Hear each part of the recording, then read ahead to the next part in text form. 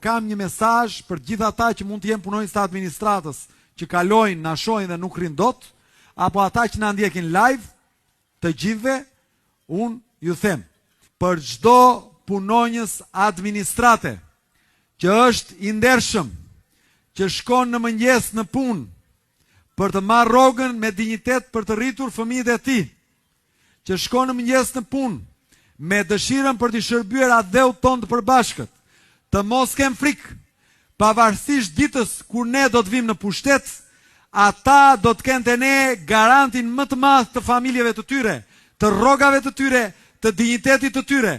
Unë personalisht do të jem një nga mbështetësit më të mëdhenj të atyre njerëzve që në administrat janë të ndershëm, punëtor dhe me dinjitet.